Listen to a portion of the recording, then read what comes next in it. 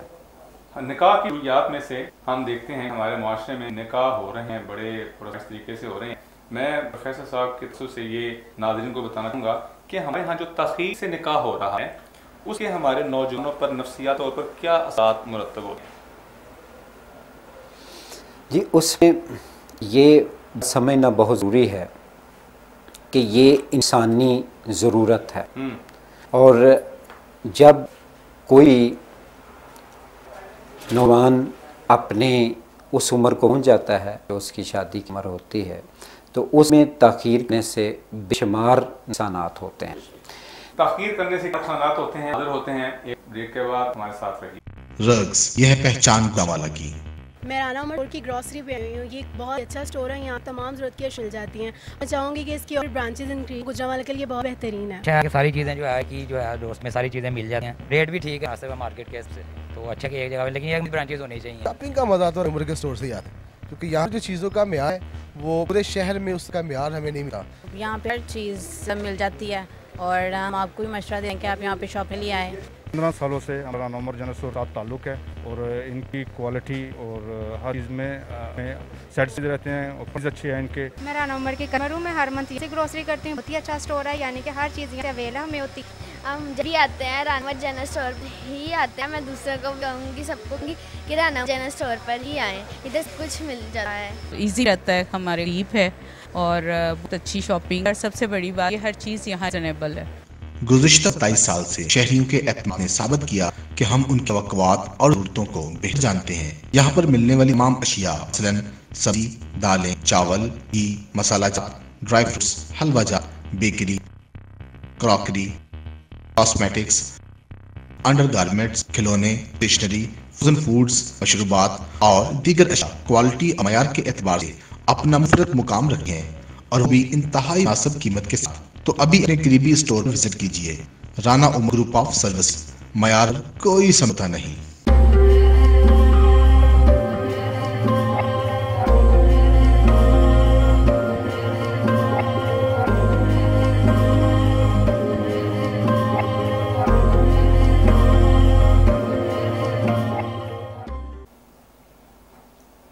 بسم اللہ الرحمن الرحیم.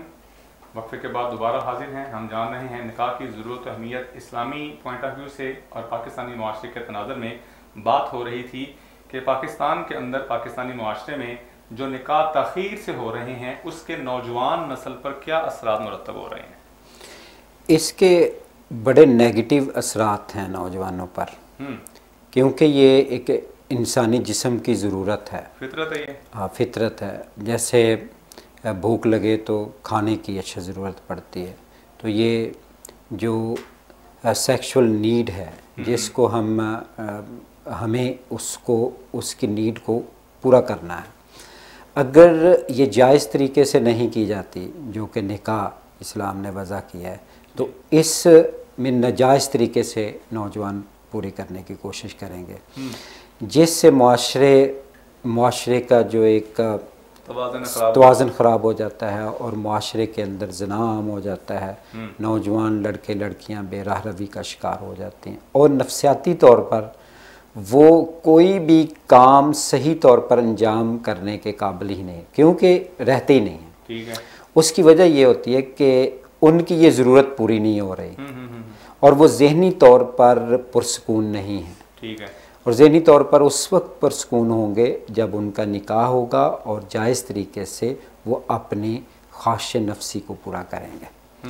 اور اگر نکاح میں تاخیر ہوتی ہے تو اس سے نفسیاتی مسائل بڑھتے ہیں, زنا عام ہوتا ہے, اور وہ نوجوان صحیح طور پر کوئی بھی اپنا کام کرنے کے قابل نہیں رہتا. آپ ہمارے والدین کو کیا مشورہ دینا چاہیں گے؟ بعض نوجوانوں سے بات ہوتی ہے تو نوجوان کہتے ہیں کہ ہم شادی کے لیے تیار ہیں, لیکن والدین کہتے ہیں کہ ابھی شادی نہیں ہوگی. والدین کو اس حوالے سے آپ کیا مشورہ دینا چاہیں گے؟ جی دیکھیں, دین تو ہمیں حکم دیتا ہے کہ ان کے فوری شادی کرو. اس معاشرے میں رکاوٹ ان کے روزگار کی ہوتی ہے. والدین کہتے ہیں کہ ان کا روزگار لگ جائے اور پھر یہ اپنے پاؤں پر کھڑے ہو جاتے, اس کے بعد ان کی شادی کریں گے. دیکھیں, یہ جو روزگار کی بات ہے, یہ جب کسی لاجیکلی دیکھا جائے تو کسی بھی انسان کی جب شادی ہوتی ہے کسی بھی نوجوان کی, تو اس کو ضرورتیں پڑتی ہیں, اور وہ دوسری طرف سے فورس کیا جاتا ہے کہ وہ کچھ کرے, اور الٹیمیٹلی پھر اس کا ایک روزگار کا ذریعہ کھل جاتا ہے جب وہ تگ و دو کرتا ہے. دوسری چیز یہ بہت ضروری ہے کہ اگر کوئی لڑکا یا لڑکی اگر اس کے ایک شعوری عمر کا آغاز ہونا ضروری ہے, اس لحاظ سے والدین اگر اس کی شعوری عمر یا اس کی سوجھ بوجھ کی عمر نہیں ہے تو پھر اس کو والدین اگر اوائڈ کرتے ہیں تو پھر تو کسی حد تک یہ سینسیبل ڈیسیژن ہے. لیکن اگر اس کو ان وجوہات کی بنا پہ رشتہ